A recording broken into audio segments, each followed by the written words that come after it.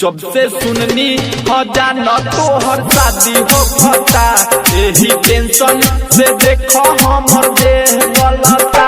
जब से सुननी जान तोहर शादी हो खता, यही टेंशन से देखो हमर देह गलता। न लागे भूख बनी सुख हमरा पानी चढ़ता।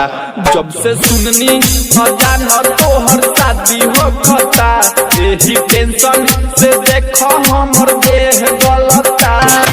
यही टेंशन से music by DJ Kanchan Raj, Hajipur Vaishali. यही टेंशन से देखो हमर देह गलता।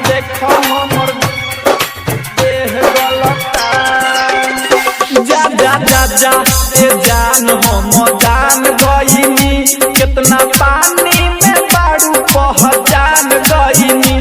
वही का बतिया याद आवे तो मन ना लागता। यही टेंशन से देखो हमर देह गलता। न लागे भूख बनी सुख हमरा पानी चढ़ता। जब से सुननी जान तोहर शादी हो खता, यही टेंशन से देखो हमर देह गलता। यही टेंशन से music by DJ Kanchan Raj, Hajipur Vaishali.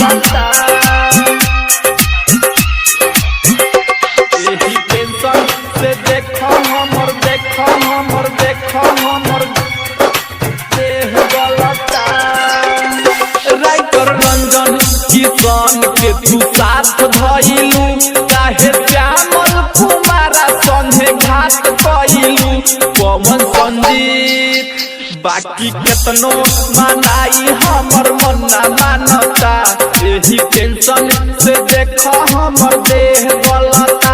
न लागे भूख बनी सुख हमरा पानी चढ़ता। जब से सुननी जान तोहर शादी हो खता, यही टेंशन से देखो हमर देह गलता। मनोकामना रिकॉर्डिंग स्टूडियो, कचहरी चौक, गोजिया धाम।